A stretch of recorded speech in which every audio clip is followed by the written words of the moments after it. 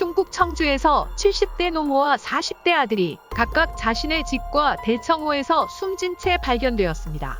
치매를 비롯한 중증 장애를 앓던 홀어머니를 20년 동안 모시던 아들이 끝내 한계를 느껴 극단적 선택을 하고 말았습니다.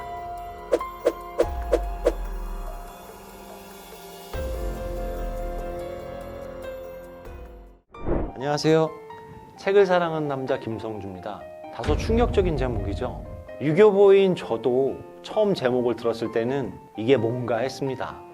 효도는 못할 망정 이게 무슨 미친 소리냐라는 생각이 드시겠지만 올해로 68세 된 저자는 과거와는 달리 초고령 사회에 진입한 현대사회에서 새로운 관계 설정이 필요하다고 진지하게 말하고 있습니다. 이 책은 우리나라보다 먼저 초고령 사회를 겪고 있는 일본에서 출판되었습니다. 현재 일본에서 발생하는 살인사건 10건 중에 한 건은 간병살인이라고 합니다. 오랜 세월 노부모를 간병하다 정신적, 신체적, 경제적 압박을 견디지 못해 결국 동반자살이나 살인을 시도하는 사람들의 이야기는 일본에서 그리 놀랍지 않은 뉴스가 되었습니다. 남의 나라 얘기라고 생각하시나요?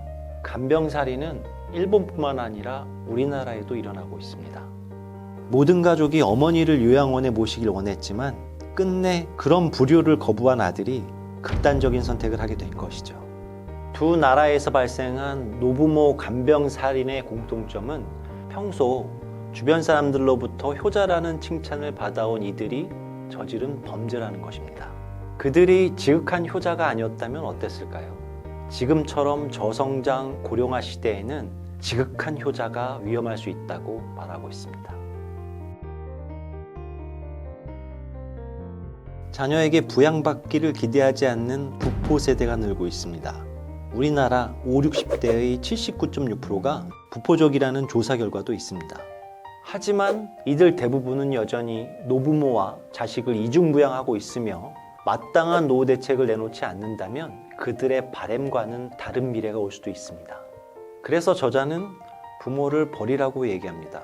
다소 불쾌하고 과격하게 느껴질 수 있지만 부모 자식 간의 유대관계를 이제는 조금 느슨하게 해도 괜찮다는 뜻입니다. 성인이 되거나 혹은 결혼을 하고 나면 각자 독립적인 개인으로 살아가는 서양 사람들처럼 하면 된다는 것이죠. 부모가 자식에게 가업과 기술을 전수하고 농지를 물려주는 게 당연하던 시절, 자식은 물려받은 것으로 생계를 이으며 노부모를 봉양할 수 있었습니다. 그러나 지금은 다릅니다. 여전히 부모의 양육으로 자녀가 성장하는 것은 맞지만 어여쁜 자녀를 키우는 보람이 여전한 데 반해 의료기술 발달로 수명이 연장되어 끝을 알 수 없게 된 간병은 과거보다 혹독해지고 있습니다. 부모 자식 간에 지나치게 합리성을 따지는 것처럼 느껴질 것입니다. 그러나 고령시대의 부모와 자녀가 오래도록 공존하기 위해서는 지금과 같이 부모 공경 혹은 자식 사랑이라는 명목으로 한쪽에게 일방적으로 의무를 지우는 방식은 지양해야 합니다. 우리가 해야 할 일은 그런 사태를 만들지 않기 위해서 부모와 자녀가 홀로서기를 해야 하는 것입니다.